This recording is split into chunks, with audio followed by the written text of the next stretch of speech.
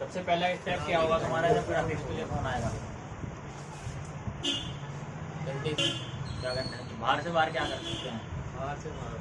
कई फोन ऐसे आएंगे आपने आज फोल्डर लगा के दिया, वो 2 दिन बाद आया भैया कुछ आ ही नहीं रहा इसमें, लेकिन फोन आ रहे हैं इसमें। बैटरी का पत्ता भी हट जाएगा। फोन आवागा फोल्डर का पत्ता हट गया।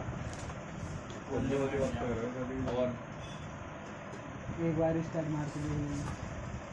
वीवो के फोन में बहुत दिक्कत आती है। फोल्डर आज लगाया 1 घंटे बाद, 2 घंटे बाद, 3 घंटे बाद वो ब्लैंक हो जाता है, लाइट आएगी ग्राफिक नहीं आती। रिस्टार्ट मारो सब कुछ हो जाएगा। सबसे पहला स्टेप तुम्हारा क्या होना चाहिए? फोन को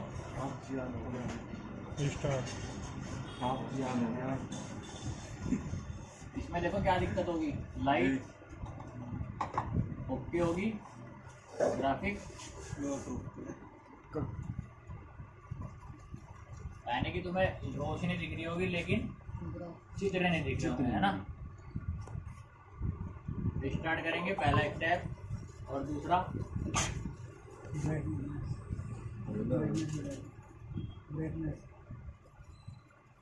ब्राइटनेस तो जब बढ़ाएंगे ना, जब ग्राफिक्स दिखेंगे कि ब्राइटनेस कहाँ से बढ़ानी।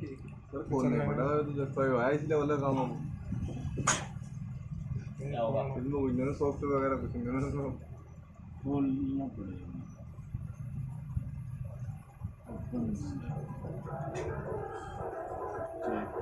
कंडीशन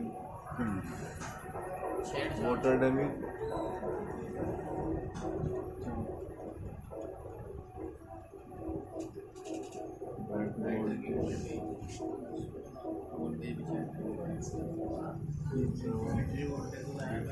ये याद रखना, ये दुकानदार नए नए फंसते हैं यहाँ पे।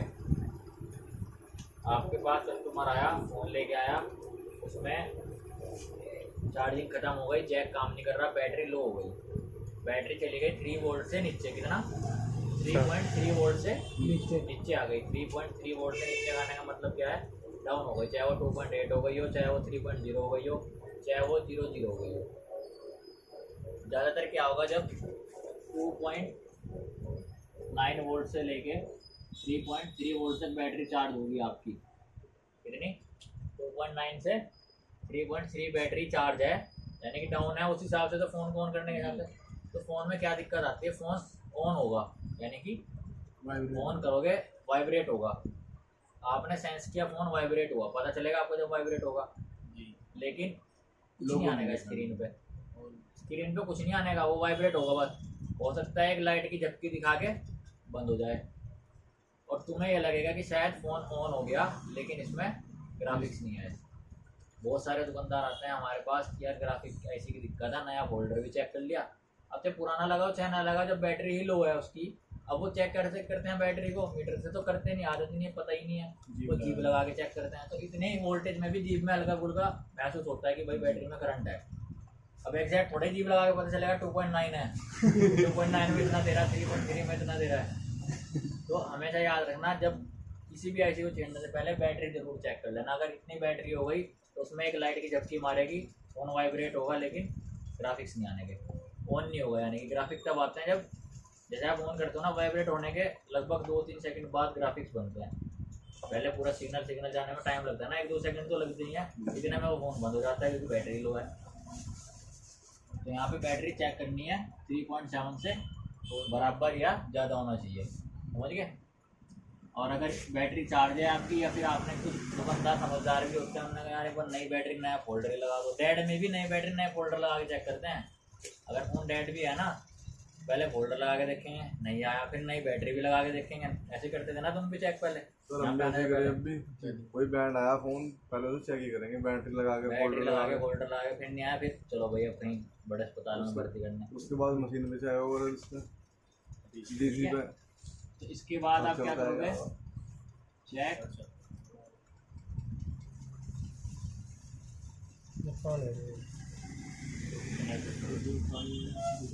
एलसीडी कनेक्टर को साफ करोगे। कई बार होता है कनेक्टर लूज हो गया, ऐसे हिल रही टांग दे नीचे से, कनेक्टर भी तो खराब होता है,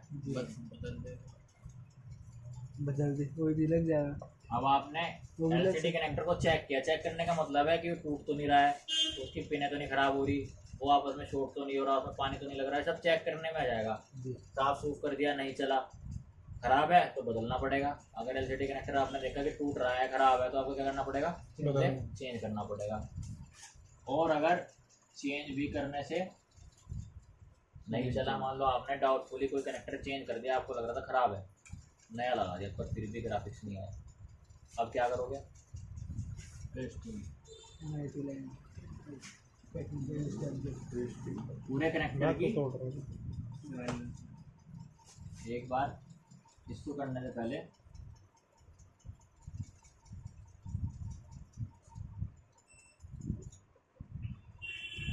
डिस्प्ले चेक करनी है दूसरी। कई बार पुरानी डिस्प्ले ख़राब होती है तो आपको नई डिस्प्ले चेक करनी है, समझ गए? जी इसके बाद डायोड वैल्यू लेनी है किसकी? एलसीडी कनेक्टर कनेक्टर की। पूरे कनेक्टर की, लाइट की हो चाहे ग्राफिक्स की हो चाहे टच की हो, पूरे कनेक्टर की वैल्यू लेना। बाकी आपको पता ही है कितनी पिने मेन है, 15 पिने, 15 लाइनें मेन है, उनकी तो लेनी ही लेनी है।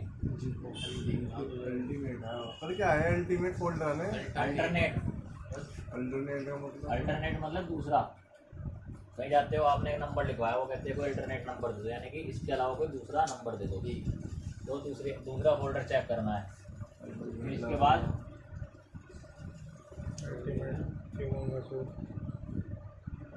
पैकेट रजिस्टर को भी चेक करना है आपने, समझ गए? पैकेट रजिस्टर होते हैं ना, कई बार वो लूज हो जाते हैं। जैसे आप प्रोब रखी आपने कनेक्टर पे, टच हुए, वैल्यू दे दी और उसके बाद बंद हो गई।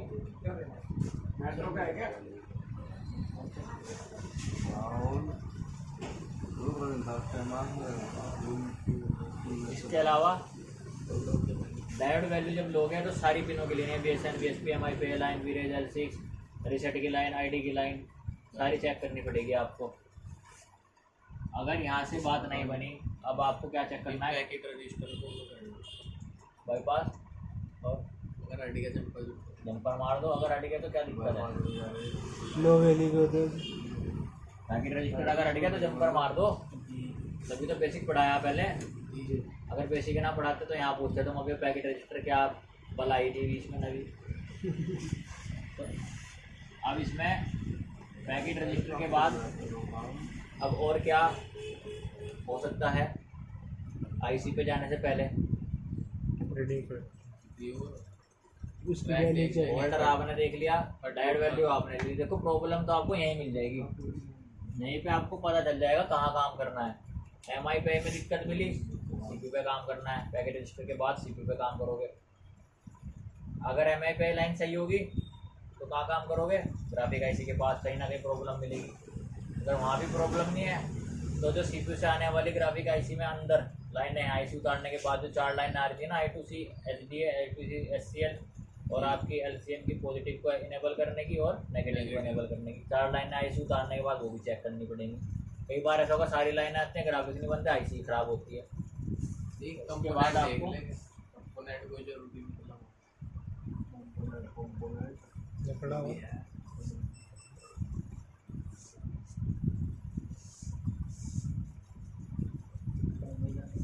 सीधा रह ले भाई। ग्राफिक आईसी पे वोल्टेज चेक करनी है कौन सी? 3.7 जो इन हो रही है। अगर आईसी को ये वोल्टेज ही ना मिली तो आईसी काम कैसे करेगी? इन नहीं होने की तो आउटपुट भी नहीं होने की, यानी कि VSN और VSP की भी नहीं मिलने की आपको।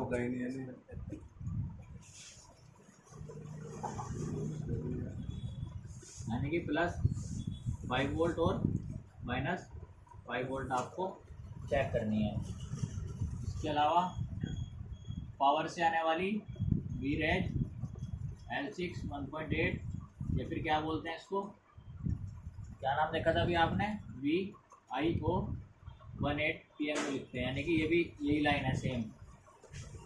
VIO लिख दे या VIO 18 PMU लिख दे, ये भी 1.8 वोल्ट की लाइन मेन है। 1.8 वोल्ट की लाइन आपको चेक करनी है कहाँ पे? LCD कनेक्टर पे। यानी एक तो आप लोगे डायोड वैल्यू तो दिखा दी लेकिन वोल्टेज नहीं बन रही, वैल्यू दिखा दी उसने लेकिन वहाँ पे वोल्टेज नहीं बन रही, वोल्टेज एक्टिव नहीं हो रही, हो सकता है पावर ख़राब हो गई उस वजह से ये वोल्टेज ना बन रही हो। तो यहाँ पे क्या कर सकते हैं, जैसे मैंने आपको लाइट आईसी में बताया था ना 1.8 का जंपर कहीं से भी उठा के इनेबल सिग्नल की जगह मारा था, ऐसे ही आप यहाँ पे भी दे के देख सकते हो। 1.8 वोल्ट का जंपर मारो, अगर ग्राफिक्स आ गए तो कहीं ना कहीं से 1.8 एक जंपर उठाओ और वहाँ मारो। अगर इससे भी बात ना बनी, कौन सी लाइन चेक करनी है?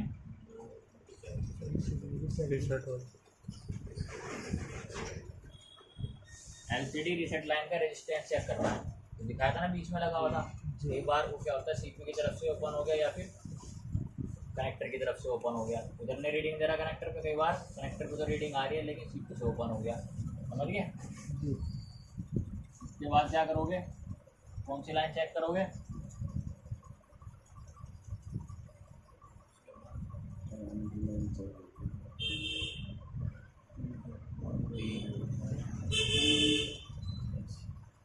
HCL की लाइन, LTA की लाइन, इनेबल नेगेटिव और इनेबल पॉजिटिव, इनकी डायोड वैल्यू लेनी है चारों की।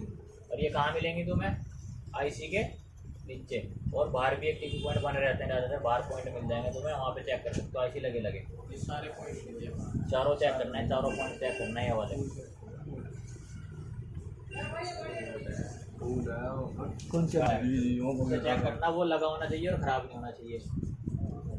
इसके बाद आपने आईसी पे काम करना है डायरेक्ट। कौन सी पे? ग्राफिक आईसी, ग्राफिक आईसी पे। इससे ना बने तो पावर आईसी पे, और इससे भी ना बने तो सीपीयू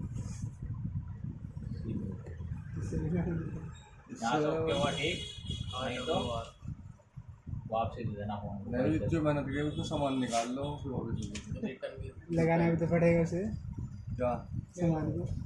तो दूसरा लगा दिए, ठीक है, 15-16 स्टेप हैं जो आपको चेक करने हैं। कहाँ पे? ग्राफिक सेक्शन में 15-16 स्टेप है, 15-16 ही लाइनें हैं और 15 बोली की आईसी है। ये आपको स्टेप बाय स्टेप चेक करना है, सॉल्यूशन यहीं से मिल जाएगा तुम्हें।